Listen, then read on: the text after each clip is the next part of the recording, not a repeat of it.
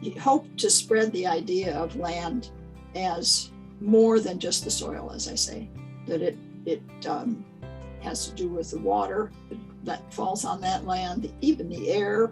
That's a big part of his legacy, is the idea of looking at land in a very broad perspective. And this comes from Aldo Leopold, who talked about this a lot too. And taking care of it, not just using it, but taking care of it. Being interested in how it functions, and he hoped to instill in people, in agriculture people and forestry people and ranchers too, the idea that it wasn't just for using, and that it needs to go on into the future as an important, precious resource. And so we are just here temporarily, and we should take good care of it for generations to come. He had a number of years' experience in South Dakota when his family lived there, working on farms and getting to know a little bit about agriculture, and loved it, just loved it. That was in pre-high school years, and a little bit into high school too. He did that kind of work. And so I think that was in the back of his mind all the time. And I think that was what led him to say, I don't want to continue on this academic path. I think we should go and find a farm, raise our family on a farm. So that's what we ended up doing. And I think that because we had gotten the farm, and he had started to do a lot of work on the farm to, take care of the land and protect it and use it appropriately and find out about ways to do that, and had gotten some experience with animals as well as crops, that he was able to take that information to the legislature and use it effectively, it seems, in some of the legislation that he was working on. Remember, he was only a legislator for 6 years. He came in, Ralph and I had already been there. He comes in the election of 1984, so 85 is his first year. By 1987, we're passing a major groundwater law, first groundwater protection law in Iowa.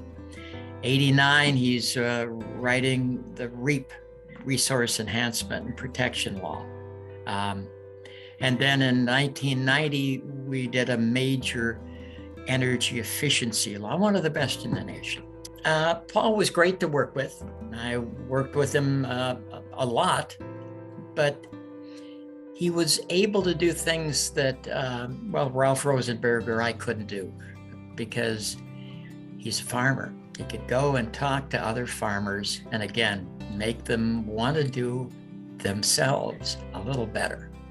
And that little bit of better created a lot of institutions at our state universities, and also got some funding going for conservation. Much of that funding went through the REAP program, which is actually funding for public lands, parks and such. But his main issue was conservation on private lands. Again, you are a landowner, and you can be a little better if you want to be. And let us figure out some ways that we can have programs that'll help you be better, because I know you want to be better. That was always part of what Paul did. He kind of made you feel like, yeah, you were a conservationist too, and you wanted to do what he wanted to do. I think the Groundwater Protection Act was a big one. And of course, all of the legislation that he worked on, as he said again and again, it was not just him. It was always with other people. It was always a group of people working together to put together a bill and get it through the whole process and get it voted on.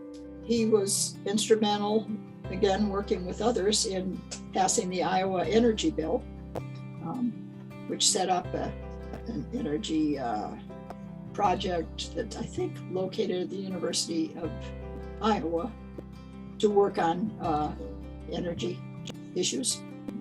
Understanding climate change is something that Paul was pretty aware of. We were all pretty aware of back then. And now climate change is the issue. It's the issue that has enough attention that we can use that to push other things. And consequently, land use and climate change come together. A lot of, in Iowa, our carbon footprint is a lot of agriculture because of all the nitrogen fertilizer and the nitrous oxides that come out of that and the methane. Agriculture just has to do a whole lot better if we're going to survive. And I suppose that were Paul still around, he'd be making that tie between the climate and what we need to do here.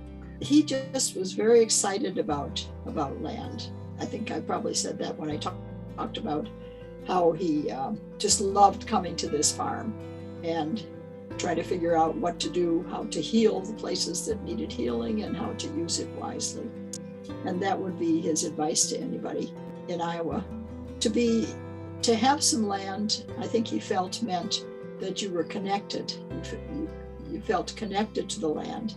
You realized the importance of it, and you hopefully would learn to take good care of it and enjoy it, and care for it. I think people who do work in various fields, they do it largely out of their concerns and their love for it, and their love for the work, in this case, love for the land and taking care of it. It does help to get an award.